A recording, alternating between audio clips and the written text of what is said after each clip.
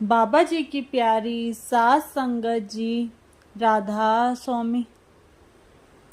संगत जी, दुख सुख तो हम सबके साथ आते ही रहते हैं, लेकिन अगर मालिक का साथ मिल जाए तो दुख का पता ही नहीं चलता कि कैसे आया और कैसे चला गया।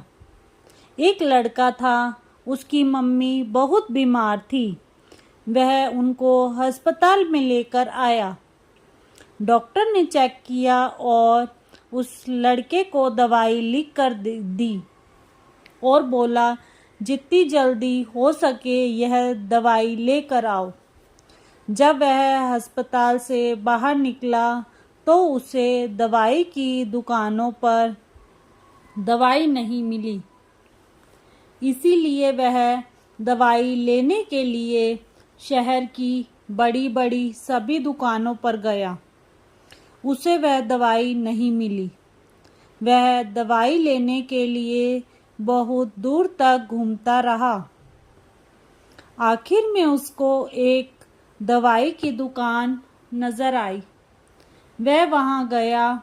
उसको वहां से दवाई मिल गई। दवाई लेकर जब वह बाहर आया तो उसकी बाइक स्टार्ट नहीं हुई। शायद उसमें तेल खत्म हो गया था।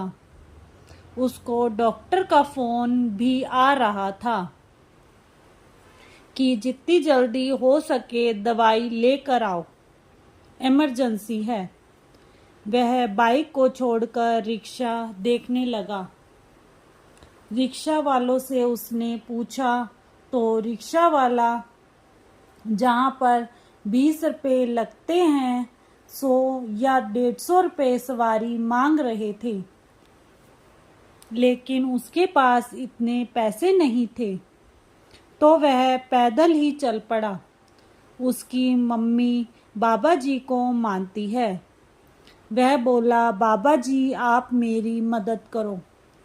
जब कोई रास्ता नजर नहीं आता तो हम सब अपने सतगुरु को ही याद करते हैं। तभी उसको एक रिक्शा दिखाई दी। रिक्शा वाले से जब उसने पूछा कि क्या आप इस अस्पताल में चलोगे, रिक्शा वाले ने कॉपी पेन दिया और बोला, यहाँ लिख कर बताओ।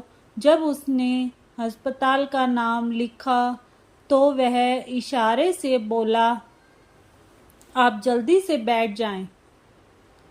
रिक्शा वाले ने जल्दी से उसको बहुत तेज रिक्शा चलाकर अस्पताल तक पहुंचाया और इशारे से बोला कि आप पहले मरीज को दवाई देकर आओ, उसके बाद आप मेरे को पैसे दे देना।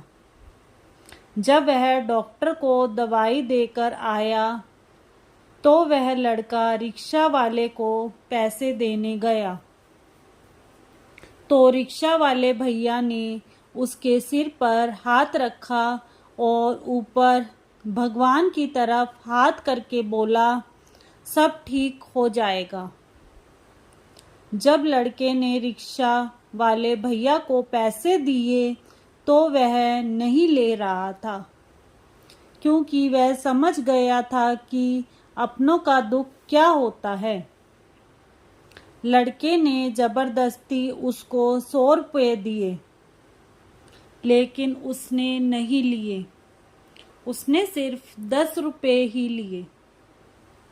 लड़के ने सोचा, जिसके पास सब कुछ है वह लालच करते हैं, लेकिन जिसको भगवान ने सुनने के लिए कान और बोलने के लिए जबान नहीं दी, वह मन का कितना साफ है, जो एक बच्चे की मजबूरी को समझता है।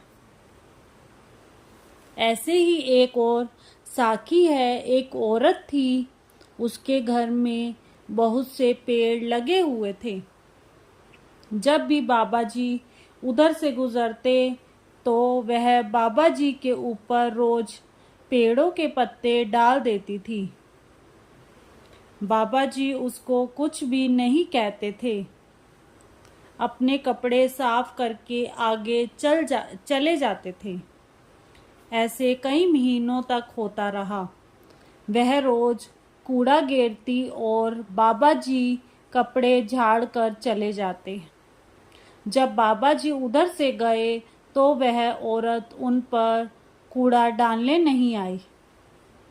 बाबा जी वहां पर 5 मिनट खड़े होकर देखते रहे कि शायद थोड़ी देर में आ जाए, लेकिन वह ना आई।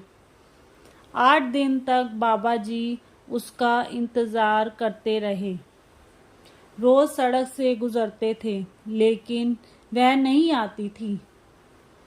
एक दिन बाबा जी ने उसके घर की घंटी बजाई और एक लड़का बाहर आया। तो बाबा जी बोले, बेटा तुम्हारी मम्मी कहाँ पर है? तो वह बोला, बाबा जी मेरी मम्मी बीमार है। बाबा जी ने कहा, क्या तुम मुझको जानते हो? तो वह बच्चा बोला, आप तो ब्यास वाले बाबा जी हैं। मेरी मम्मी तो आपके लिए रो रही थी, क्योंकि वह आप पर कूड़ा गिराती थी। अब वह बाहर चलकर नहीं जा सकती। वह कूड़ा सिर्फ इसलिए गिराती थी कि शायद आप उसे देखकर बात कर लें, लेकिन आप तो पल्ला झाड़ कर वापस चले जाते थे। लड़का बाबा जी को अपनी माँ के पास अंदर ले गया। उसकी माँ बाबा जी को देखकर बहुत रोने लगी कि बाबा जी, मैं आपके ऊपर रोज कूड़ा घेरती थी और आप मुझे दर्शन देने आ गए। बाबा जी बोले, तुमने अपना काम किया, मैं अपना काम कर रहा हूँ। बाबा जी ने कहा, तू घबरा मत, ठीक हो जाएगी। ब्यास डेरे का जो हॉस्पिटल है, तू वहाँ पर अपनी माँ को ले जाओ और इसका इलाज करवाओ। तो वह बोली, बाबा जी हमारे पास दवाई लेने के भी पैसे नहीं हैं। तो बाबा जी बोले, उसकी चिंता ना कर। बाबा जी ने वहाँ अस्पताल में से एम्बुलेंस मंगवा दी और वहाँ पर फ़ोन भी कर दिया कि एक सेवादारनी है, इसका इलाज ठीक से करवा देना। वह रो रो कर बाबा जी को कहने लगी कि मैं आप पर रोज कूड़ा घेरती रहती हूँ और आप मेरा इलाज करवाने लग रहे हैं, मुझे माफ़ कर दो।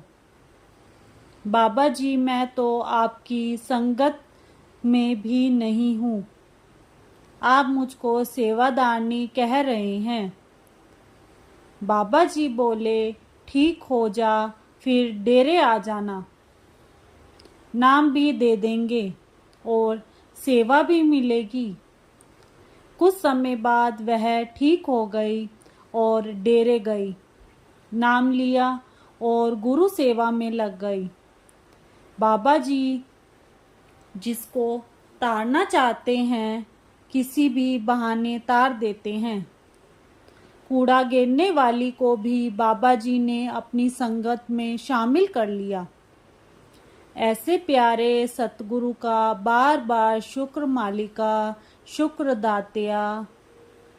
राधा स्वामी। अगर साखी अच्छी लगी हो तो चैनल को सब्सक्राइब करें।